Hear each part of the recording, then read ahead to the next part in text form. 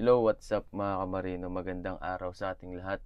Gusto ko lang sagutin ang isang comment ng isang kamarino natin. Bakit ba hindi 8 hours ang ship sa cruise? Minsan aabot pa ng 16 hours araw-araw yan. Maswerte ka na lang kung 13 hours. Tapos walang holiday kahit isang araw lamang. Ikaw, pinopromote mo yung environment na ikakamatay ng buhay ng tao. Siguro wala kang pake. Ang pakay mo lang ay mamonetize yung account mo. Napagalitan pa nga. So, napakagandang tanong ni ma'am. Bakit nga ba hindi 8 hours ang trabaho dito sa cruise ship, hindi kagaya sa land base? Yung sinasabi niyang pinopromote ko ang ikakamatay ng tao, ang bakay ko lang po dito ay magbigay ng idea paano makapasok dito sa cruise ship at kung ano talaga ang buhay dito sa cruise ship. May mga content tayo ng disadvantage at advantage ng tatrabaho dito. So, pero yung tanong ni ma'am na bakit nga ba hindi 8 hours ang trabaho dito sa cruise ship, eto sasagutin natin mga kamarino. Bakit nga ba hindi 8 working hours ang trabaho dito sa cruise ship? Eto, una sa lahat mga kamarino, ibang trabaho sa barko kumpara sa lupa. Ang cruise ship ay 24/7 operational. Hindi ito opisina na may bukas at saradong oras. Dito may pasahero araw at gabi. Pagkain, serbisyo, housekeeping. May safety operations at drills, port days at sea days. Dahil dito, ang oras ng trabaho ay nakadepende sa operasyon ng barko, hindi lang sa fixed schedule mga kamarino. Pangalawa, may tinatawag na fixed overtime. Isa sa pinakamahalagang dapat malaman ng crew ay ang fixed overtime mga kamarino. Ang fixed overtime ay nakasulat sa kontrata, parte ng inaasahang trabaho. At bayad ito mga kamarino, hindi ito libre. At hindi bigla-bigla lang pinapagawa ang fixed overtime mga kamarino. Ibig sabihin, bago ka pa sumampa, alam na ng kumpanya at ng crew na may mga araw na hahaba ang oras ng trabaho. Kaya napakahalagang basahin mabuti ang kontrata bago pumirma. Lahat ng detalye tungkol sa oras ng trabaho at ang bayad ay nandoon na. Pangatlo, kontrata ang basihan, hindi hula.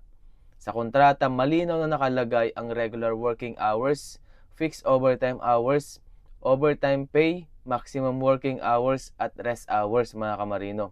Kapag pumirma ka, ibig sabihin pumayag ka sa terms nila. Kaya hindi pwedeng sabihin na hindi ko alam, hindi ko binasa. Pang-apat, hindi batas ng Pilipinas ang nasusunod dito mga kamarino. Ito ang madalas na hindi maintindihan ng marami. Ang cruise ship ay hindi sakop ng labor ng law ng Pilipinas. Ang cruise ship ay sumusunod sa batas ng flag state ng barko at sa International Maritime Law. Kabilang dito ang IMO o International Maritime Organization at MLC, Maritime Labor Convention. Kaya kahit magreklamo ka sa Pilipinas, magsumbong sa lokal na ahensya, wala silang direktang magagawa kung ang kumpanya ay sumusunod sa international standards. Ano nga ba ang international standards? Ito ang standard ng IMO, MLC sa oras ng trabaho. Ang maximum working hours ng isang crew ay 14 hours maximum sa loob ng 24 hours mga kamarino at 72 hours maximum sa loob ng 7 araw. Hindi pwedeng lumampas dito kahit gaano kabisi ang barko. Ito naman ang standards sa rest hours mga kamarino. Minimum rest hours ay 10 hours na pahinga sa loob ng 24 hours at 77 hours na pahinga sa loob ng 7 araw mga kamarino. Ang pahinga ay pwedeng hatiin sa dalawang period lamang. Isa sa pahinga ay minimum 6 hours. Ang pagitan ng pahinga ay hindi lalampas sa 14 hours mga kamarino. Lahat ng ito ay para sa kaligtasan, kalusugan at maayos na pagganap ng crew. At eto tandaan natin mga kamarino, may karapatan ka kapag sumobra ka na sa oras. Kung lumalagpas ka sa maximum working hours, at kung hindi mo na nakukuha ang tamang rest hours mga kamarino, may karapatan kang magsabi sa supervisor mo. Hindi ito reklamo, kundi pagprotekta sa sarili, pagprotekta sa barko, pag-iwas sa aksidente. Mas mahalaga sa kumpanya ang safety kaysa sa pilit na pagtrabaho. Eto lagi nating tandaan mga kamarino, Hindi palaging 8 hours ang duty sa cruise ship. May fixed overtime at ito ay bayad mga kamarino. Kontrata ang sinusunod. International law, hindi batas ng Pilipinas. May malinaw na limitasyon sa oras ng trabaho. May minimum na pahinga na dapat sundin.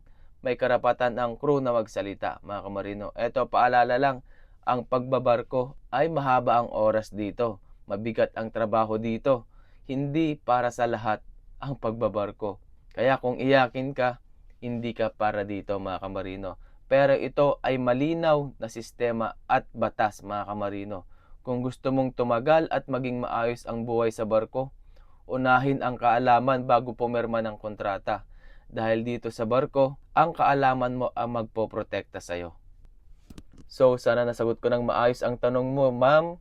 At para sa lahat ng mga kamarino natin, kung gusto niyo ng mga ganitong content tungkol sa pagbabarko, tungkol kung paano makapasok dito sa cruise ship at tungkol sa mga totoong pangyayari dito, i-follow nyo lang ako, Kamarino Vlog.